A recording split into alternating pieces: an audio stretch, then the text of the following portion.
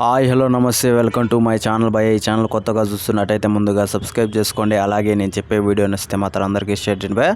అయితే ఈరోజు మన టాపిక్ వచ్చేసి మన ప్రశాంత్ వర్మ గారి అలాగే మన నందమూరి మోక్షజ్ఞ గారి సినిమా పట్టాలు ఎక్కబోతుంది అని చెప్పేసి ఒక చిన్న ట్వీట్లో అయితే మనకైతే తెలిసింది భయ.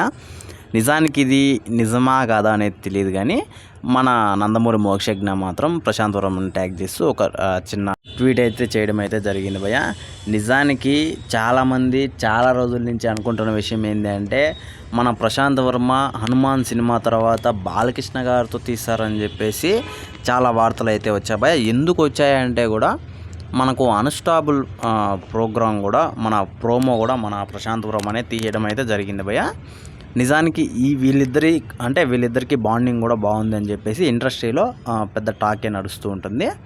అలాంటి సందర్భంలో నిజంగా ఈ ట్వీట్ అసలు మామూలు ఇండస్ట్రీని కుదిపేసిందనే చెప్పాలి. ఎందుకంటే అసలు మోక్షజ్ఞ ఇప్పట్లో ఎంట్రీ ఇచ్చే అవకాశమే లేదు అనే టైంలో మామూలుగానే ఒక రేంజ్ ఎక్స్పెక్టేషన్స్ అయితే పెట్టుకుంటారు భయ. అదే కాకుండా బాలయ్య బాబు కొడుకనంగానే నిజంగా ఈ సిచ్యువేషన్లో మనోడు దిగాలే కానీ, అది కూడా ప్రశాంత్ వర్మ గారి డైరెక్షన్లో దిగాలే కానీ ఒక రేంజ్ అయితే ఉంటుంది ఆ సినిమాకి అని నేనైతే అనుకుంటున్నాను. అలాగే చాలామంది కూడా ఇదే విషయం అనుకుంటున్నారు భయ్య.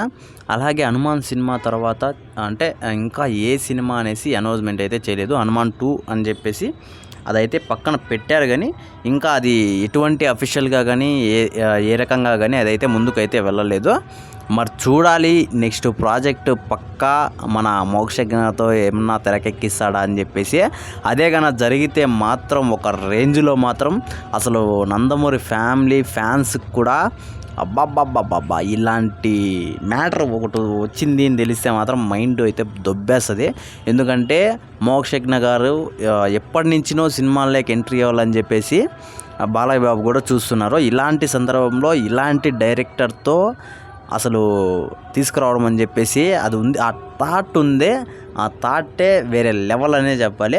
అయితే ఈ విషయం మీద మీరేమనుకుంటున్నారో కింద కామెంట్లో తెలియజేయండి భయ్యా. ఇది వర్కౌట్ అవుతుందే కాదా అని చెప్పేసి.